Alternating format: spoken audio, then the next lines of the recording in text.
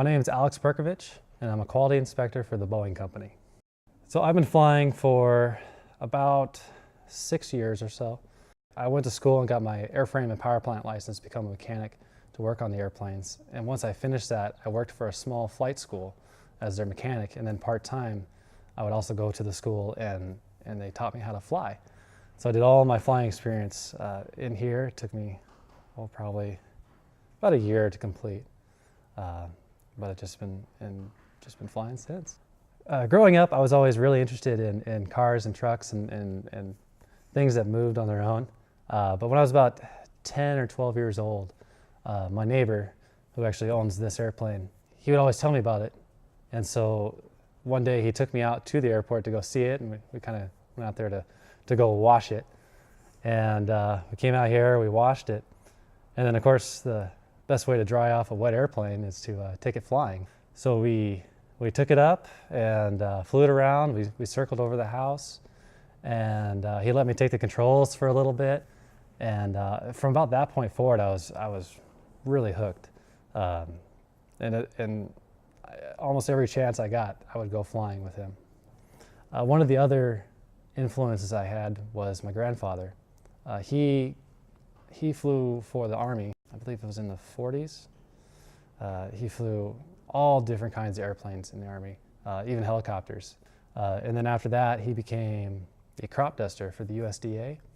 And you know, every time I go sit with my grandfather, we talk airplanes, and he always has some kind of story to tell about either when he was in the military with the flight training he had, or the missions he flew, or when he was working for the USDA, what kind of airplanes he flew there.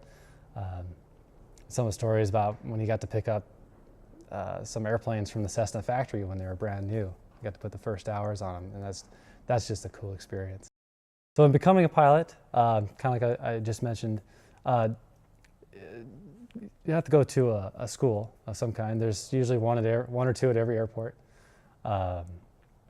You know, if you're just doing it for fun, then you can usually fly in some kind of a flying service and get hooked up with a flight instructor who will they'll walk you through everything. You have to have a minimum of 40 hours of flying experience.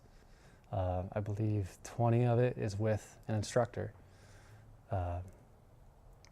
And there's quite a few study materials, books you'll have to read. There's a couple of tests you'll have to take, and then of course at the end you'll go up with the FAA flight examiner, and they'll test you on all your knowledge and make sure you can fly the airplane safely, and they'll hand you your certificate. Unfortunately, there's two conditions today that keep us from flying. Today is obviously it's the first snow of the year. It's coming down pretty good outside right now. Then also the airplane is under its yearly maintenance, where it's just annual inspection, where the whole airplane basically has to come apart and we inspect everything, service everything, put it back together so it's good to go for next year. My most memorable achievement, besides getting my pilot's license, was actually the first time that I flew the airplane solo. That is a big deal when you're getting your license. For me, it happened after about 10 hours of flying with my instructor. When he felt I was ready, we went up and I did 3 takeoffs and landings with him around the airport. And then after that, on the 3rd landing, he said, all right. He jumped out and said, take it around 3 times. And that first time you pull out onto that runway by yourself, you're nervous, but you remember your training, and you just go for it. And you get up in the air, and all of a sudden now there's nobody there. You are on your own, and that is just an amazing feeling. You know, with flying, safety is everything. And like today, where it's snowing outside, obviously today would not be a good day to fly.